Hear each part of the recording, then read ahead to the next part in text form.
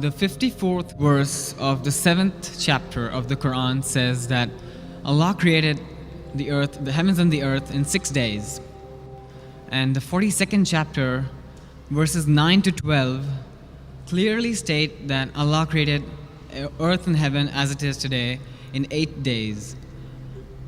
What is your reply to that?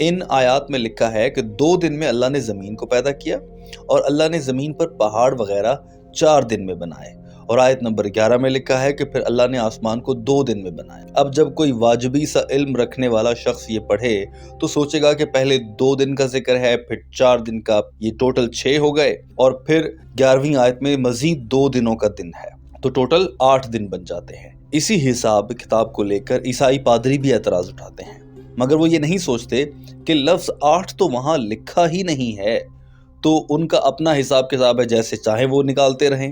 Most of the translations say after. It means various other things. Then Almighty God created the heavens in 2 days. Now, normally a person reads 2 plus 4 plus 2 is equal to 8. But the word 8 is not there. God Almighty created the heavens in 2 days. Now, if we know Quran, we'll be able to reply. If a person does superficial reading, he may get misled. Doctor Zakir Naik نے کہا کہ ان آیات کو سمجھنے کے لیے ہمارے پاس قرآن کا علم ہونا چاہیے، پھر ہی ہم ان اعتراضات کا جواب دے سکیں گے۔ اگر کوئی شخص جان بوجھ کر جانتے ہوئے بھی لوگوں کو ان آیات کو لے کر پروپیگنڈا کرتا ہے تو وہ گناہ کر رہا ہے۔ قرآن کہتا ہے کہ جو لوگ اس آیت کو لے کر لوگوں کو گمراہ کرنے کا سبب بنتے ہیں وہ خدا کے ساتھ شریک ٹھہراتے ہیں، یعنی خدا کو یہ علم ہے کہ لوگ ان آیات کو لے کر لوگوں کو گمراہ کرنے کی کوشش کریں گے۔ پورا ہال یہ سن کر تالیاں بجانے پر مجبور ہو گیا۔ دوستو، یہ مناظر آپ بھی دیکھیے۔ And Quran says those people who try to mislead the people with this verse are those who associate partners with God. So Almighty God knows that people will use these verses of the Quran to mislead the people. اس نوجوان کے سوال کا جواب دیتے ہوئے doctor Zakir Naik نے کہا کہ قرآن پاک میں لکھا ہے کہ اللہ تعالیٰ نے زمین کو 2 دن میں پیدا فرمایا، اس کے بعد لکھا ہے کہ اس نے پہاڑ اور قدرتی وسائل وغیرہ 4 دن میں بنائے۔ جہاں قدرتی وسائل کا ذکر ہے وہاں عربی کے لفظ سوم استعمال کیا گیا ہے، جس کے کئی مطلب ہیں، جس سے بعد میں پھر وغیرہ اور ساتھ ہی یا اسی وقت اس کا مطلب ہے کہ جب 2 دن میں زمین بنی اسی وقت آسمان بھی بنا لیے گئے۔ مثال دیتے ہوئے ڈاکٹر ذاکر نائک نے کہا کہ فرض کریں میں کہتا ہوں کہ میں ایک 30 منزلہ عمارت 6 مہینے میں بنانے جا رہا ہوں۔ یہ میرا بیان سطحی ہے، جنرل ہے، لیکن اگر کوئی مجھ سے پوچھے گا کہ اس کی تفصیل بتاؤ تو میں اس کو بتاؤں گا کہ میں بیسمنٹ یا بنیاد 2 مہینے میں بناؤں گا اور عمارت کا ڈھانچہ 4 مہینے میں بناؤں گا۔ اب اس کا مطلب یہ نہیں کہ میں نے 6 مہینے میں عمارت بنانی تھی، اس پہ مزید مہینے بنیاد کے اور 4 مہینے ڈھانچے کے شامل کر کے اس مدت کو 12 مہینے پر لے جاؤں گا۔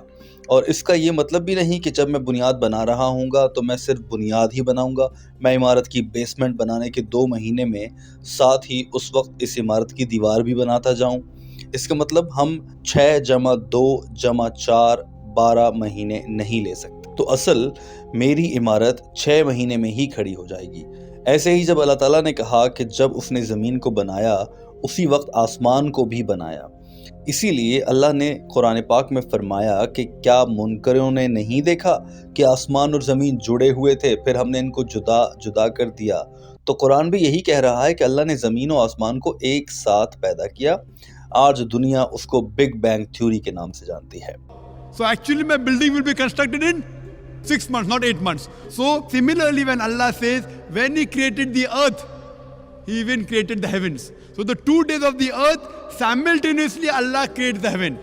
ڈاکٹر ذاکر نائک نے کہا کہ آج کی سائنس قرآن پاک کی لکھی آیات پر ہی چلتی ہے۔ سائنسدان کہتے ہیں کہ کائنات ایک وقت میں کئی جگہ اکٹھی تھی، بعد میں ایک دھماکے سے الگ الگ ہو گئی اور کہیں کوئی گلیکسی بن گئی تو کہیں سیارے اور ستارے۔ تو بگ بینگ تھیوری کو پڑھیں تو سائنس بھی قرآن آیات کی نفی نہیں کرتی۔ اس نوجوان کو مخاطب کرتے ہوئے ڈاکٹر صاحب نے کہا کہ جو سوال آپ نے کیا اس کے مطابق 2 آیات یا 2 صورتوں میں تضاد نہیں، بلکہ دونوں صورتیں ایک دوسرے کی تصدیق کرتی ہیں۔ یہ تضاد ہرگز نہیں۔ مثال کے طور پر میں کہوں کہ آپ ایماندار ہیں اور کل کہوں کہ آپ بہت اچھے ہیں تو یہ تضاد نہیں ہے۔ اگر میں کہوں کہ آپ ایماندار ہیں اور کل کہوں کہ آپ بے ایمان ہیں تو اس چیز کو ہم تضاد کہیں گے۔ ایسے ہی پہلی سورہ میں بتایا گیا کہ زمین و آسمان کو 6 دنوں میں پیدا کیا گیا، اور دوسری سورہ میں اس کی تفصیل بتائی گئی ہے کہ 2 دن میں زمین و آسمان پیدا کیے گئے اور 4 دن میں زمین کے اندر وسائل بھرے گئے۔ ڈاکٹر صاحب کا جواب ختم ہوا تو پورا ہال تالیاں بجا رہا تھا۔ آج کی ویڈیو کے بارے میں آپ کیا کہتے ہیں؟ ضرور اپنی رائے کا اظہار کیجیے۔ ہمارے چینل ہم قدم کو سبسکرائب کر لیجیے۔ اللہ حافظ۔